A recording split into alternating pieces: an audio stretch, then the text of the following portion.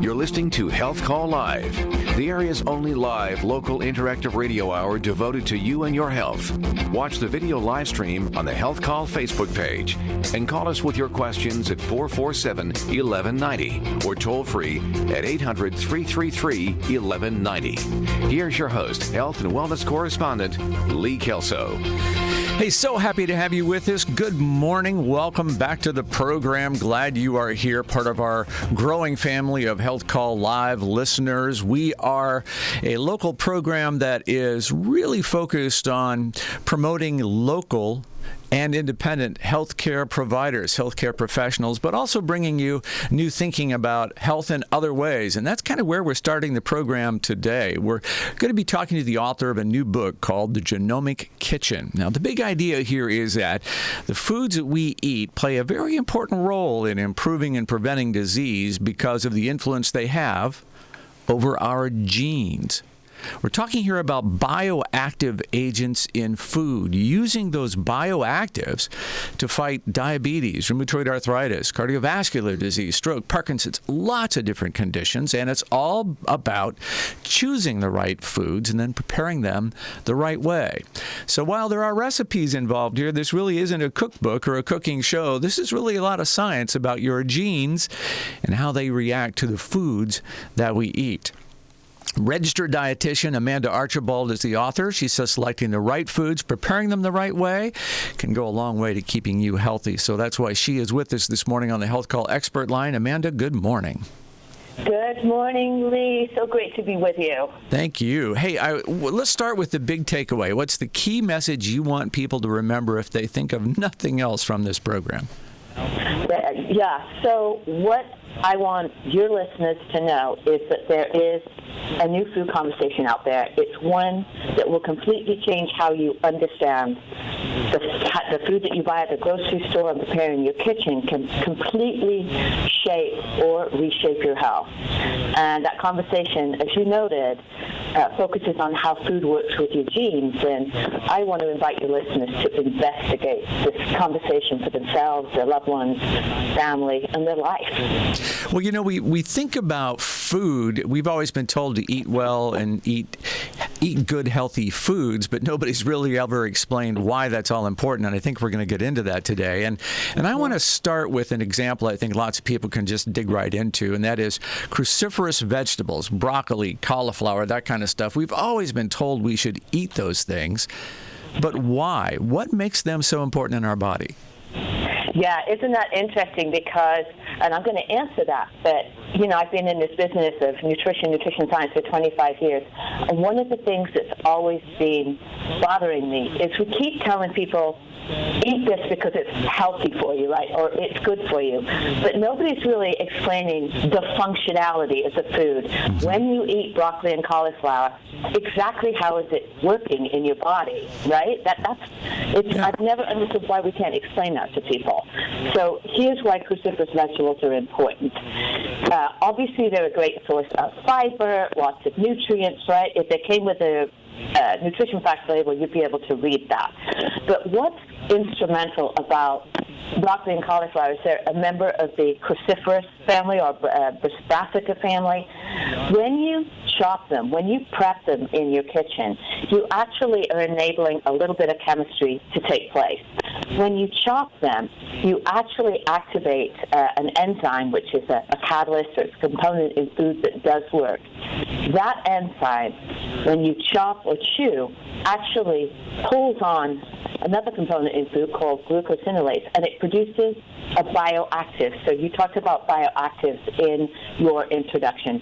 So bioactives are also known as phytonutrients or phytochemicals. I just use the word bioactives. The question is, what do they do? This is where the magic starts. So we've produced sulforaphane, a bioactive. That is probably one of the most powerful and most studied bioactives in current nutrition science, because what it does in your body is it actually turns on genes that will produce enzymes or proteins that are the most powerful antioxidants that we know.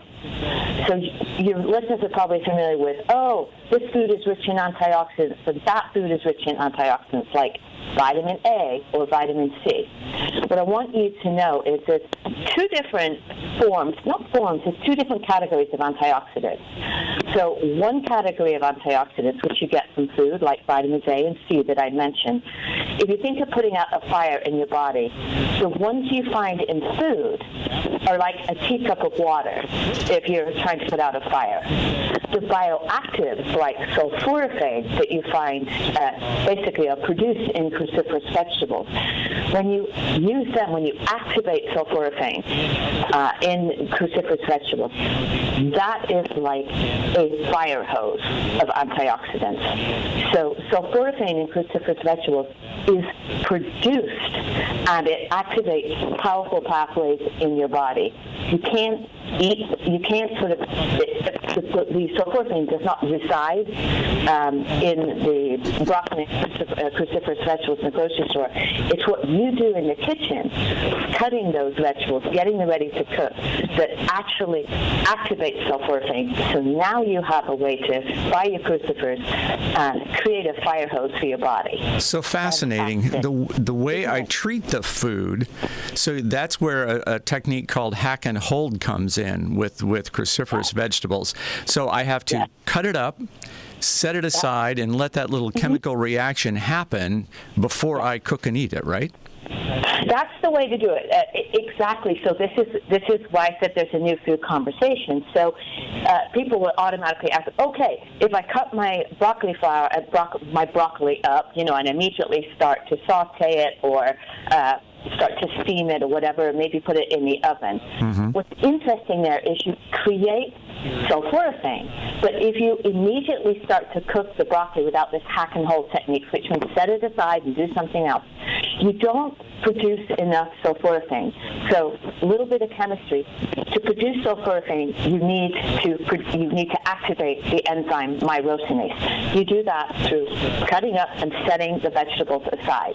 If you were to immediately cook the broccoli, you actually denature or basically put out of business the myrosinase, which means you don't produce sulforaphane.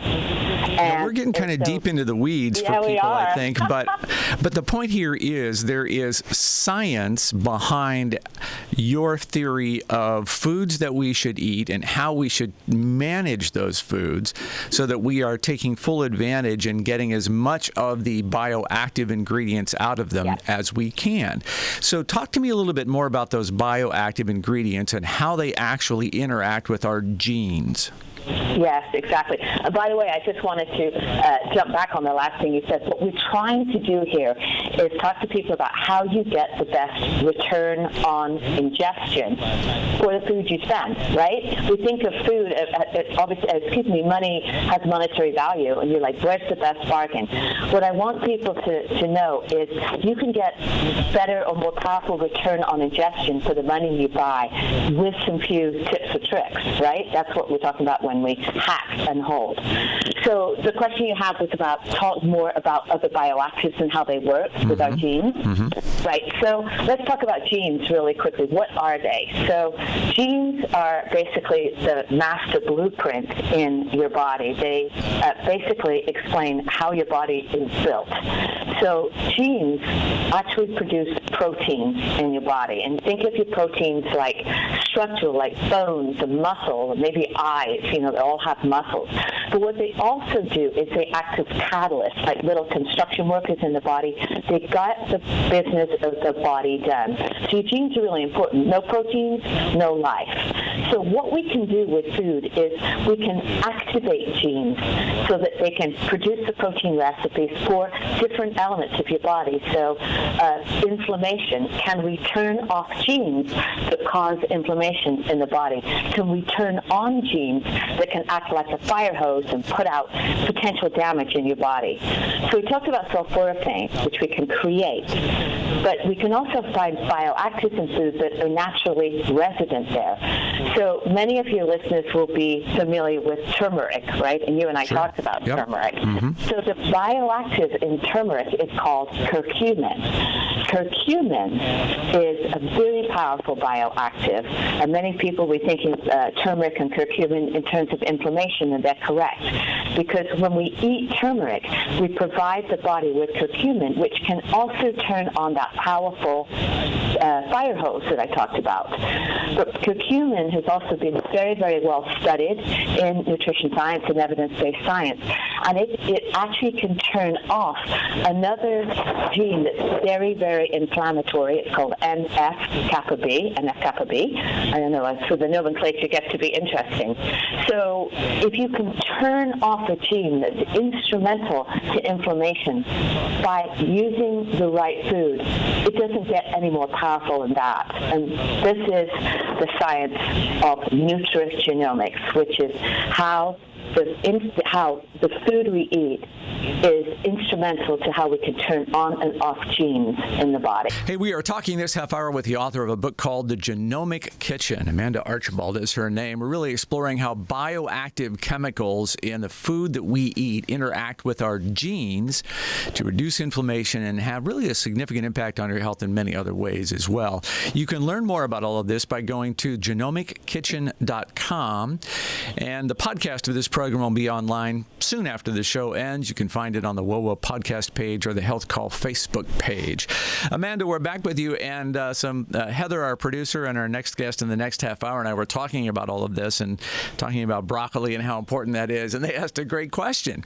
Am I offsetting or reducing the impact of the things we just talked about in broccoli, those good elements, if I cover it with cheese or deep fry it? So if I treat the food in a way that I enjoy it, am I going to be hurting the potential benefits? So great question, because one of the things about this hack and hold method, and which we were starting to get to, is we want to hack and hold because the sulforaphane you produce is more heat stable, right? So if you would suddenly just cut something up and just throw it in the deep fryer or whatever, or roast it, you would lose the magic of getting that bioactive. So you want to have the hack and hold technique in place.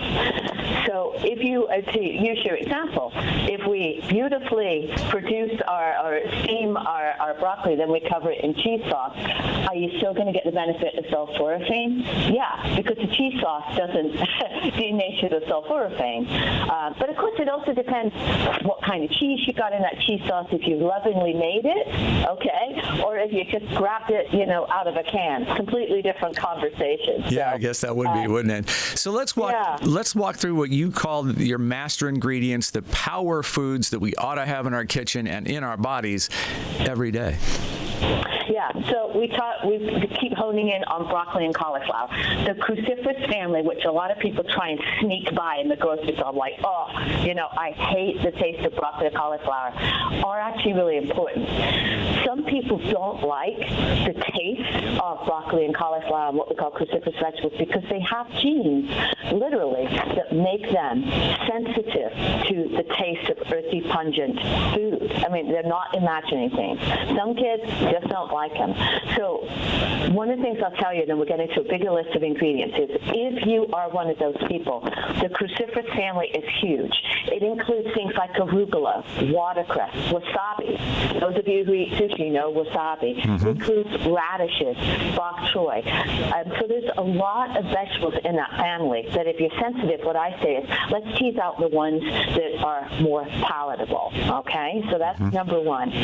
Other master ingredients would include your allium family. So the gardeners among you know what alliums are. Sure, that's garlic and onions and shallots and chive, so really important.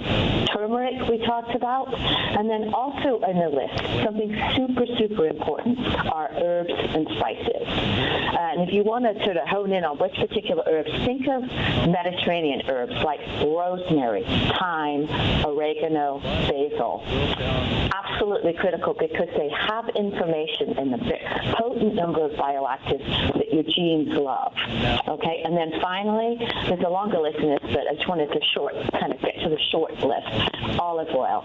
Olive oil has platinum or titanium status in the food world and in my world of nutrigenomics, how food talks to your genes. So olive oil is probably one of the best medicines you can take, you can work with, you can cook with. If I say nothing else, cruciferous vegetables and olive oil. So do I have to be careful about what type of olive oil? Because there's all kinds of stuff out there about the olive oil that we get in this country is junk compared to what's produced in Europe. Yep. And how do I make that wise choice? Great point. So, wise point. I think there's been a lot written, right, about olive oil in this country, and I think quite a lot of that may actually be true. Growing up in Europe and going frequently back to Europe, there is a big difference in what you get right from a producer of olive oil and what we have in this country. It's the food supply, right? Mm-hmm. We do have olive oil producers in the United States, in California, and maybe in Texas now, right? If you're able to buy directly from these producers, then do that. If you can't, and most people can't, what I want you to do, if you buy olive oil in your grocery store, I want you to buy olive oil in a dark colored bottle because it protects the olive oil from the light. Olive oil is very sensitive to light. The other thing, and I don't see it very often in this country, turn over the olive oil bottle and look to see if there's a sell-by date on there. Unfortunately, what we don't see is a production date. A production date is far more useful. So if you know when that olive oil is bottled, then you know how old it is. If you ever see a production date, try and get that olive oil within a year of production. Mm-hmm. If you see a sell-by date, try and make sure it's years away, right? So try, if it's whatever the date is today, make sure that you don't have an olive oil that expires 3 years from now. Try to get young olive oil as best you can. All right? We are powerful medicine. Amanda, the clock is winding down. I can't believe how fast this half hour has gone, and I've got so much more I want to share with the audience. We're going to connect and plan a second appearance because I think what you have to say is so interesting. So your book is called The Genomic Kitchen, and you can go to genomickitchen.com and find out more about it there. I think your blog is a great place to start to learn a lot of the basics here about what you are teaching all of us. But you have an offer for our audience today that I'm really excited about. You have an express course online at thegenomickitchen.com that really teaches me a lot. It's video, it's other content. And give me a quick overview of that course and what I'm going to learn and why I should be engaged in that course. Sure. It's within 4 hours, which you can do at any speed you want, forever access online. I'm going to teach you the fundamentals of everything you need to know about how your genes work, how food works with your genes, which ingredients to buy, how to prepare them so you get the best return on investment and ingestion from the food you buy. So soup to nuts, within 4 hours, you can have a completely different understanding of which foods to buy, why, how to prepare them, how to get them on your plate in delicious ways that serve your palate and your health. So that course, I'm about an hour into it. It's great. I just want to give you a ringing endorsement. Brief videos, lots of good graphics, lots of good explanation of the science behind what she's trying to teach us. It's a $49 course, but if you use the code HealthCall1019, you are going to be able to get that course at $20 off for $29. I think that's a great offer and a great way to really help your family eat more wisely. If I follow your diet, your recommendations and your food prep methods, what can I expect and how soon am I going to see those benefits? So this is where what we call the N of one principle, which means every single person is unique. That's why genomics is so powerful, because we treat you, not 100,000 other people. So every person is unique. So if you change the way you eat so that food starts to work with your genes, you will start to notice a difference because you're providing a different kind of food information for your body. What's important here is if you're dealing with a number of different health issues, it takes a long time to get sick, so give yourself a break and know it may take a long time to try and get you well. But when you eat whole foods and you provide information to your body, you will start to feel more alert, more awake, and more powerful and empowered about your health. So don't expect like within 24 hours you're going to feel different. But over time, as you eat the right foods, you will have a whole different form of energy. But remember, every person is different. I've got 1 minute left for you. Give me 1 minute on good fats and bad fats. 1 minute, Lee. Thank you so much. Listen, the most powerful oil that you can put in your body, and it's not exclusive, is olive oil, okay? Why? Because when we look at fat, we're looking for the best return on ingestion. Olive oil is packed with bioactive, so that's a good fat. It doesn't mean to say you don't eat butter, dairy, beautiful homemade or locally produced butter, beautiful. Coconut oil, I don't have an issue with it. The thing you need to take away with fats is there's different kinds of fats. There's those that are rich in omega-3, which are anti-inflammatory. We could talk hours about that, which you find in things like seafood. And there are plant sources of fat. For instance, your canola oil, sunflower, safflower oil, that are richer in omega-6. You need both omega-3 and omega-6. The challenge we have is we're eating far too many foods, some of them processed, that contain these omega-6 fats. So that causes an imbalance in the body. So go out, check your sell-by date of your olive oil, and get that in your house because it's got the best ROI for you. And if you're open to seafood, that's what you need to be eating. Canned, frozen, fresh. It gives your body the best omega-3 and some of the best fats that you need. All right, I want you to go to the genomiccitchen.com and learn more. Read the blog, see if it's for you, see if you can kind of get down with this thinking. And if you are interested, look for the Express course. Use a code she created just for WOWO listeners, HealthCall 1019, that is 1019, HealthCall 1019, and you'll be able to receive that course at $20 off a $29 price. I think it's well worth it. We're back on the other side of the half hour talking about plantar fasciitis and heel pain. Stay with us here on WOWO.